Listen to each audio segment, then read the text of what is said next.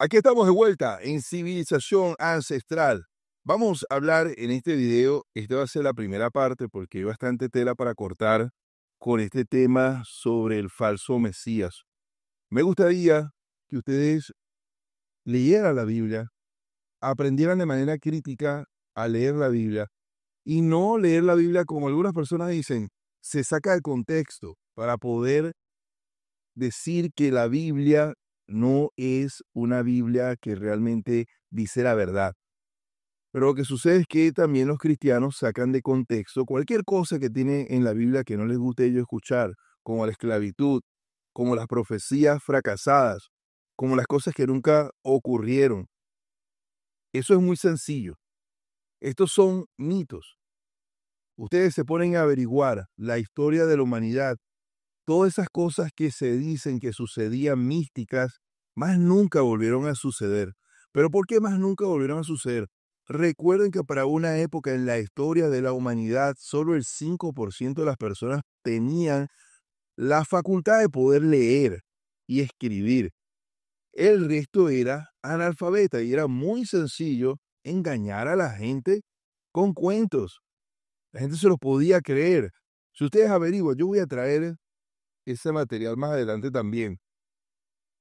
En el siglo 300 años después de la muerte de Jesús, la Iglesia Católica tenía miles de reliquias que decían ellos para aquella época que podía darse fe de que habían sido usadas por Jesús y todos sus apóstoles y toda la gente en esa época que estaba alrededor de él. ¿Dónde están esas pruebas? Todo desapareció.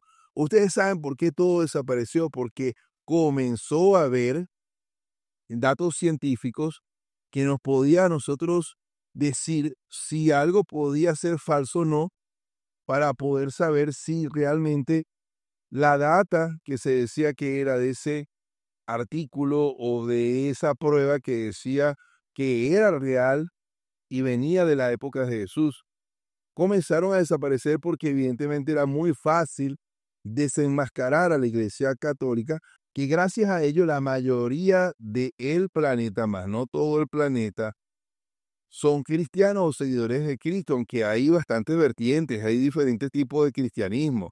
El protestante es bastante grande también, pero la Iglesia Católica tiene mucho poder, muchísimo. Ahora, cuando nosotros leemos esto, yo no voy a colocar ningún tipo de imágenes para que ustedes puedan verificar lo que yo estoy leyendo. Cuando se dice algo de Jesús que a los cristianos no les gusta, ellos dicen que eso tiene un significado metafórico, una parábola, tiene otro significado y no es el que estamos leyendo. ¿Pero por qué lo dicen? Bueno, porque sencillamente no les gusta lo que está escrito allí. Hasta llegaron a decir que un día son 1000 años. Entonces, si un día son 1000 años, para Dios, en la Biblia, cuando se relatan las cosas, Jesucristo el tercer día resucitó, entonces quiere decir que todavía no resucitaba porque no han pasado 3000 años. ¿Ven lo que son las cosas? Ahí es donde nosotros nos damos cuenta cómo se manipula la gente con esa información. Presten atención a lo que les voy a leer aquí. Si alguien quiere ser mi seguidor, dice Jesús, tiene que renunciar a sí mismo, aceptar la cruz que se le da y seguirme. Pues el que quiera salvar su vida la perderá, pero el que la pierda por mi causa la encontrará. De nada vale tener, voy aquí aplicando con lo que es la rayita aquí del cursor, ustedes lo pueden ver. De nada vale la pena tener todo el mundo y perder la vida. Nadie puede pagar lo suficiente para recuperar su vida, porque el Hijo del Hombre vendrá en su gloria de su Padre. Escúcheme en esto, con sus ángeles, y entonces dará a cada cual la recompensa que merece, por lo cual se haya hecho. Esta es la parte impresionante. Les digo la verdad, aquí Jesucristo estaba hablando supuestamente con sus discípulos. Algunos de los que están aquí no morirán sin antes ver al Hijo del Hombre venir en su reino.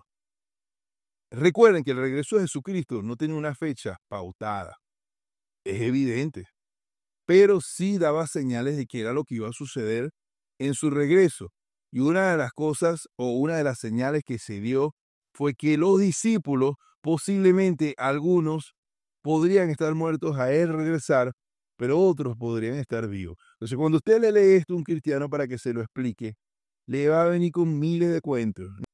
Yo quiero que ustedes entiendan algo bien importante sobre lo que es el Nuevo y el Viejo Testamento. El Nuevo Testamento no puede derogar al Antiguo Testamento, porque la potestad la tiene el Viejo Testamento o el Antiguo Testamento, la Torah. Ya les explico por qué. Ninguna de las leyes que se creó y están puestas allí para nosotros poder leerlas en el Antiguo Testamento tenía fecha de caducidad. Se crearon para siempre estar allí eternamente. Eso es algo que no le dicen en la iglesia cristiana, o los cristianos dicen que no, porque usted lee en muchos capítulos de la Biblia, en el Nuevo Testamento, y dice que ya eso no hace falta porque el nuevo pacto de Jesús derogó todas esas leyes. Amigos, no hay una sola parte en el Antiguo Testamento que diga que eso iba a ser así. Presten atención a esto que les va a llamar mucho la atención, porque no todo el mundo lo sabe. El Evangelio de Mateo fue escrito en su forma primitiva hacia los años 60 y 70, y su redacción definitiva se hizo hacia los años 80. Probablemente un discípulo se piensa que probablemente fue escrito en Siria, donde había el mayor número de judíos cristianizados. Otros posibles lugares de origen son Antioquía en Siria, Damasco o Galilea. Mateo predicó durante 15 años en Judea, donde escribió su evangelio hacia los años 80. Presten atención, estos son los años 80. Si Mateo tenía 15 años cuando Jesús estaba vivo, súmele a eso 80, tenía 95. Posiblemente pudo durar eso, posiblemente no. Recuerden que para esa época en Galilea no hay registro así de personas que hayan vivido tanto tiempo. Amigo, la esperanza de vida no era muy alta. Eso no es como en el Antiguo Testamento, donde usted escuchaba un caso de Matusalén, 900, y pare de contar. Nada. Eso no era así ya en esa época. ¿Ustedes saben por qué? Ya había registros paralelos históricos donde se hubiese podido desmentir ello. Ustedes buscan la edad promedio de las personas que existieron en esa época y se van a dar cuenta que no vivieron muchos años, sí. Pero lo más interesante de todo esto, me gustaría para que ustedes pudiesen entender lo enredado y la tramoya que hay aquí puesta, es que Jesús y sus discípulos se comunicaban principalmente en arameo. La mayoría de las personas creen que era en hebreo, el idioma común de Judea en el siglo I después de Cristo. El arameo que ellos hablaban poseía un acento galileo distinto, diferente al de Jerusalén. Entonces, amigos, imagínense el Hijo de Dios hecho hombre, llegando a este mundo. En ningún momento se tomó la molestia de escribir las enseñanzas que le iba impartiendo. Supuestamente todas esas enseñanzas fueron orales. Los primeros evangelios se escribieron en griego. Imagínense el enredo. Entonces, supuestamente, todo lo que fue las enseñanzas de Jesús se transmitieron de manera oral. Pero lo peor es que se transmitieron de manera oral, nunca escrito en arameo. Hubiese sido más fácil. Imagínense transmitir las enseñanzas de Jesús en arameo al griego de manera oral. Todas las confusiones y enredos que pudo haber con lo que son las traducciones, pero no hay ningún documento original en griego que uno pueda decir, oye, este fue el primer evangelio, el original. Para nosotros poder saber si realmente las otras copias se mantuvo fielmente palabra por palabra del original. Y eso es lo que enreda más todo esto. Ahora, cuando nosotros vamos para acá, es lo disperso y contradictorio que es el Nuevo Testamento en correlación con el Viejo Testamento. No hay en sí un amalgamiento real. Porque el pacto de la circuncisión que se menciona aquí por primera vez en el libro de Génesis, en el Antiguo Testamento, Dios dice a Abraham, este es mi pacto contigo, serás padre de muchas naciones. Ya no te llamarás Abraham, sino que tu nombre será Abraham con H, porque te he puesto por padre de muchas naciones. Te haré extremadamente fecundo, haré naciones de ti, y de ti saldrán reyes. Estableceré mi pacto contigo y tus descendientes a lo largo de las generaciones, un pacto eterno para ser tu Dios y el Dios de tus descendientes. La circuncisión.